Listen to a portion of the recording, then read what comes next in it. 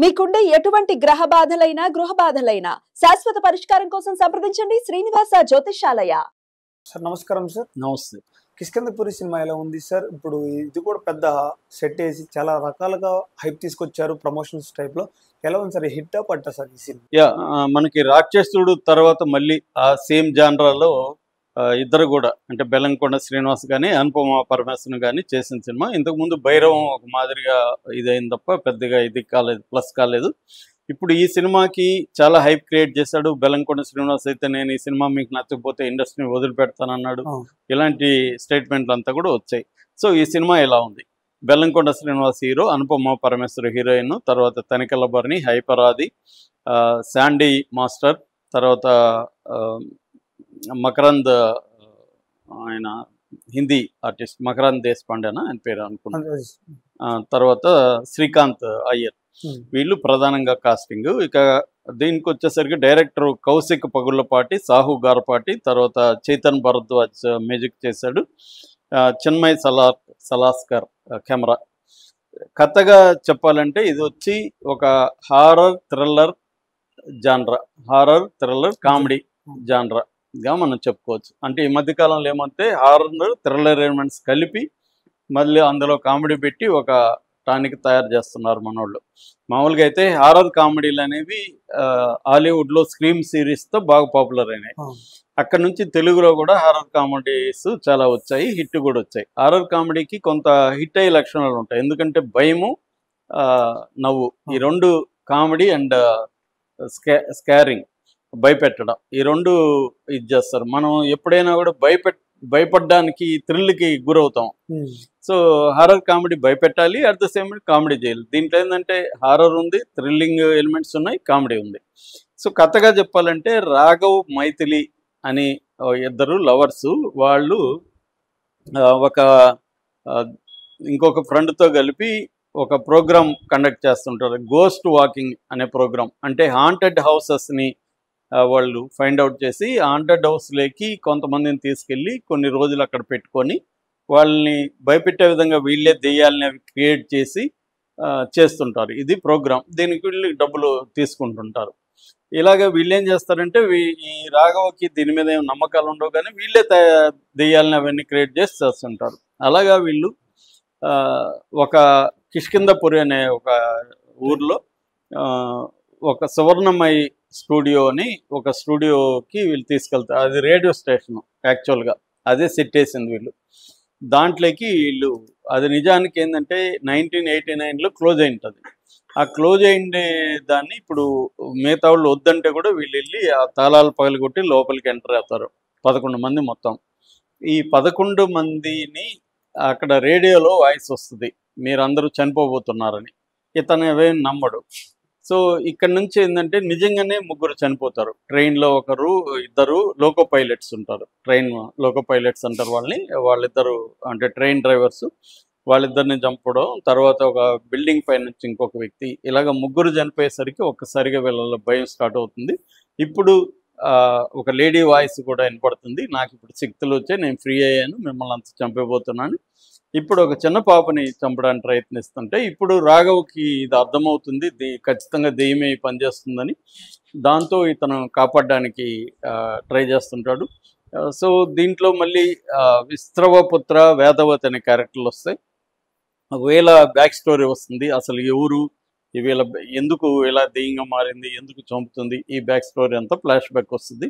ఇదంతా అర్థం చేసుకున్నాక దీన్ని ఎలా డీల్ చేశారు, వీళ్ళు బతికి బయటపడ్డారా లేదా, ఏం జరిగింది అనేది బేసిక్గా కథ. అంటే కథగా పెద్దగా లేదు. మామూలుగా హారర్ సినిమాల్లో కథలు పెద్దగా ఉండవు. ఇట్లాంటి ఒక చిన్న పాయింట్, ఒక లొకేషను, ఆ లొకేషన్లో జరిగే ఇది స్క్రీన్ ప్లే బ్యాక్ డ్రాప్లోనే టెక్నికల్ అండ్ స్క్రీన్ ప్లే ఆర్టిస్టులు ఈ 3 అంశాల మీదనే నడుపుతారు. ఎక్కడైనా కూడా, హాలీవుడ్ అయినా ఎక్కడైనా కూడా ప్రధానంగా హారర్ సినిమాలకి ఇంతే ఉంటుంది. సో దీన్ని కూడా అలాగే సెట్ చేశారు. స్క్రీన్ ప్లే పరంగా ఏంటంటే ఓపెనింగే ఈ రేడియో స్టేషన్ని ఎవరైతే ఫౌండర్స్ ఉంటారో 5 మందిని ఈ దెయ్యం చంపడం అనే దగ్గర స్టార్ట్ అవుతుంది. దాంతో ఊరంతా భయపడి దాన్ని క్లోజ్ చేసేస్తారు అన్నమాట 89లో. తర్వాత ఇప్పుడు ఓపెన్ చేస్తే 39 years తర్వాత వీళ్ళు అక్కడికి వెళ్తారు. అక్కడ నుంచి ఇది జరుగుతుంది. సెకండ్ హాఫ్లో ఫ్లాష్ బ్యాక్ వస్తుంది. ఇది స్క్రీన్ ప్లే తీసుకున్నారు. అంటే ముందుగానే దాన్ని ఎస్టాబ్లిష్ చేశారు. దాని తర్వాత వీళ్ళు అక్కడికి వెళ్ళడం వల్ల ఆడియన్స్కి ముందు తెలుసు కాబట్టి ఆడియన్స్కి ఇప్పుడు వీళ్ళు ఎలాగా చనిపోతారా ఏంటి అన్న ఒక టెన్షన్ అయితే క్రియేట్ చేశారు. సో మామూలుగా మనకి హిచ్కాక్ ఫార్ములా ఉంటుంది థ్రిల్లర్లో. హిచ్కాక్ ఫార్ములా ఏంటంటే anticipating the anticipation of audience అంటారు. అంటే రైటర్ అనేవాడు ఇక్కడ ఆడియన్ ఏం యాంటిసిపేట్ చేస్తాడు అని మనం ముందే యాంటిసిపేట్ చేసి చెయ్యాలన్నమాట. ఇక్కడ 2 హిచ్కాక్ మెథడ్స్ ఏంటంటే 2 ఉంటాయి. ఒకటి ఆడియన్స్ని ఊహించినట్టుగా చేయడం. ఆడియన్స్ ఇక్కడ ఇది ఊహిస్తారు, దానికి అనుకూలంగానే చేయడం. అప్పుడు ఏమంతా ఆడియన్స్ ఇగో సాటిస్ఫై అవుతుంది, అరే నేను ముందే ఊహించాను కరెక్ట్గా చేశాడని. రెండవది ఆడియన్స్ ఊహించకుండా చేయడం. అంటే వాడు ఇక్కడ ఏదో ఊహిస్తే ఇంకేదో జరుగుతుంది, అప్పుడు కూడా ఆడియన్కి థ్రిల్ వస్తుంది. ఈ 2 చేయాలంటాడు హిచ్కాక్. ఒకటే చేస్తే హర్ట్ అవుతాడు ఆడియన్. ప్రతిసారి నువ్వు వాడిని మోసం చేస్తున్నావు అంటే వాడికి ఇగో హర్ట్ అవుతుంది. సో ప్రతిసారి వాడు అనుకున్నట్టే చేస్తుంటే నీ మీద గౌరవం ఉండదు, నాకు ముందే తెలిసిపోయింది అని ఉంటుంది. సో ఈ రెండింటిని బ్యాలెన్స్ చేయమని హిచ్కాక్ చెప్తాడు అనమాట. సో ఆ పద్ధతిలో వీళ్ళు ట్రై చేశారు. రెండోది ఏంటంటే ఇలాంటి కొన్ని వందలు ఉన్నాయి వరల్డ్ వైడ్ సినిమాలు ఇలాంటిది. ఇక్కడ కొత్తగా ఉండేది ఏంటంటే రేడియో స్టేషను, ఆ రేడియో స్టేషన్లో ఫ్రీక్వెన్సీలు సౌండ్ ఇది ఉపయోగించుకోవడం కొత్తగా అనిపిస్తుంది మనకి. ఈ బ్యాక్డ్రాప్ కొత్తగా అనిపిస్తుంది, మిగతాంతా కొత్తగా ఏమీ లేదు. కాకపోతే ఏంటంటే భయపెట్టడం అక్కడెక్కడ మనం ఊహించని దగ్గర భయపెట్టిన సన్నివేశాలు అయితే ఉన్నాయన్నమాట. అదైతే స్క్రీన్ ప్లేలో ఆ ఇంట్రెస్ట్ క్రియేట్ చేశారు. సో ఫస్ట్ 10 నిమిషాలు చాలా బాగా వెళ్తుంది. ఆ తర్వాత నుంచి ఒక 20 నిమిషాలు డల్గా ఉంటుంది, ఏందో జరుగుతుంటుంది, ఏమరా జరుగుతుంది అనిపిస్తుంది. తర్వాత ఓవరాల్గా ఏంటంటే లాజిక్ గురించి కూడా హిచ్కాక్ ఒక మాట ఉంటుంది, when logic enters drama dies అంటాడు హిచ్కాక్. అంటే లాజిక్గా మనం ప్రతిదీ లాజికల్గా ఆలోచిస్తే డ్రామా రాదని. మన రాఘవేంద్రరావు దగ్గర నేను పనిచేసినప్పుడు కూడా ఆయన ఈ మాట అంటుండేవాడు లొకేషన్లో. ఆయనకి లాజిక్ మేమేమన్నా లాజికల్ కోసం ట్రై చేస్తుంటే ఈ మైక్లో అరిసేవాడు, when logic enters drama dies, మీరు వదిలేయండి అనేసి. అంటే లాజిక్ ఉండకూడదని. కానీ లాజిక్ ఉండాలి ఉండకూడదు, ఎక్కడ ఉండాలి ఎక్కడ ఉండకూడదు అనేది ఇంపార్టెంట్. ఒక్కోసారి లాజిక్కే లేకుండా చేస్తే మనం కనెక్ట్ కాం. సో డ్రామా అంత డ్రామా ఎమోషనల్ ఇంపాక్ట్ వస్తున్న దగ్గర మనం లాజిక్ ఎతకం. సో అది కొన్ని చోట్ల ఫెయిల్ అయింది దారుణంగా ఇక్కడ. అంటే ఫర్ ఎగ్జాంపుల్ ప్రతి చోట వీళ్ళు ముందుగానే లొకేషన్ ఫిక్స్ చేసి అక్కడ వీళ్ళు సెట్ చేస్తారు భయపెట్టేది. మరి దీని గురించి ఎందుకు ముందుగా వీళ్ళు రీసెర్చ్ చేయలేదు అనే దగ్గర ఎక్కడ మనకి చెప్పలేదు అనమాట. అందుకని ఐపరాది దగ్గర ఒక మాట చెప్పించారు, హారర్లో లాజిక్ ఏంట్రా అని. అంటే మనకి చెప్పడం అది హారర్లో లాజిక్ ఏంట్రా మీరు ఎతికేదని. కానీ హారర్లో కూడా లాజిక్లు కొన్ని చోట్ల అవసరం, అది లేకపోతే మనం కనెక్ట్ కాం. అది ఇక్కడ మిస్ అయింది.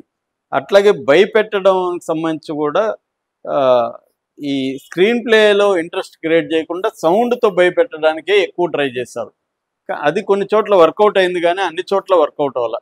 మనకి ప్రతి చోట సౌండ్తో భయపెడుతుంటే అక్కడేమి లేకుండా మనం కనెక్ట్ కాం, ఇన్వాల్వ్ కాం, ఆ ప్రాబ్లం కనబడుతుంది. అంటే అనీవన్గా ఉంది. కొన్ని చోట్ల మంచి సీన్లు వచ్చాయి, మంచి ఇది వచ్చింది, కొన్ని చోట్ల రాలేదు. అట్లాగే సెకండ్ హాఫ్లో ఈ వేదవతి విశ్రవపుత్ర ఈ క్యారెక్టర్, విశ్రవపుత్ర వచ్చి ఈ శాండీ మాస్టర్ చేశాడు. ఈ బ్రహ్మాండమైన క్యారెక్టర్ అది.